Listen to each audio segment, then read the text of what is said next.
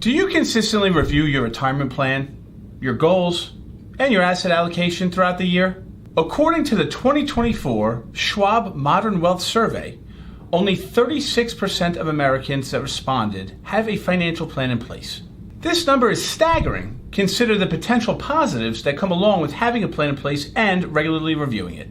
Hey everyone, Gabe Galante here, fiduciary financial advisor, owner, and CEO at Rockline Wealth Management.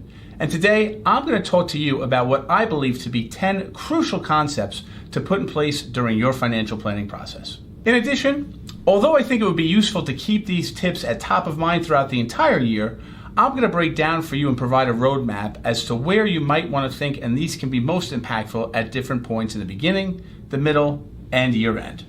Also, make sure you stick around to the end where I'm going to share a strategy that I would consider to be majorly impactful for many people that you might want to keep at top of mind throughout the entire year and when it might be relevant for you.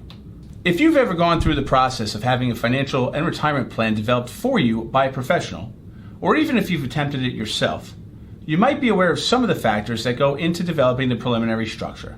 Identifying and understanding your goals surrounding you, your family, your career, and your plans to and through retirement are a great starting point. A question that I might ask in this initial fact-finding phase is fairly emotional, and that question is, if you had 6 to 12 months to live, and you were going to be entirely healthy and have the means to do whatever you wanted over that period of time, what would you do that you haven't already done? A follow-up to that might be something like, what type of legacy that you want to leave behind? Do you have children that you'd like to leave money to?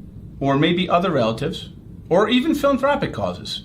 In some cases, some families that we work with might even say that they want to focus only on their lives and that nothing else matters as far as their legacy.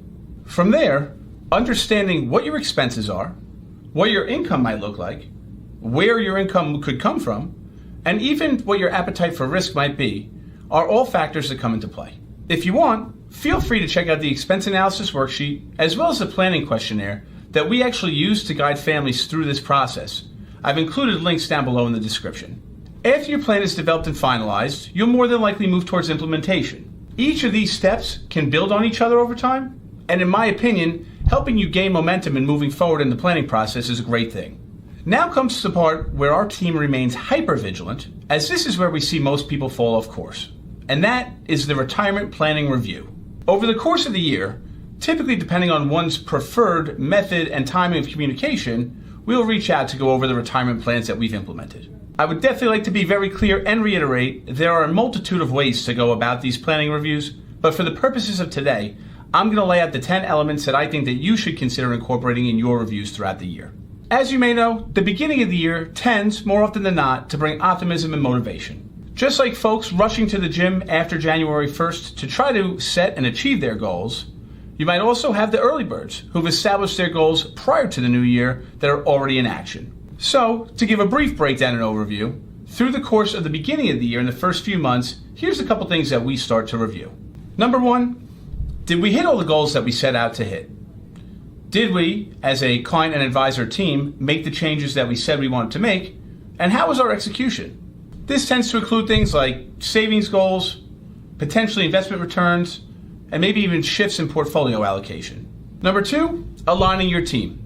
Schedule a conversation early on in the year between your financial advisor and your accountant to plan for the year going forward.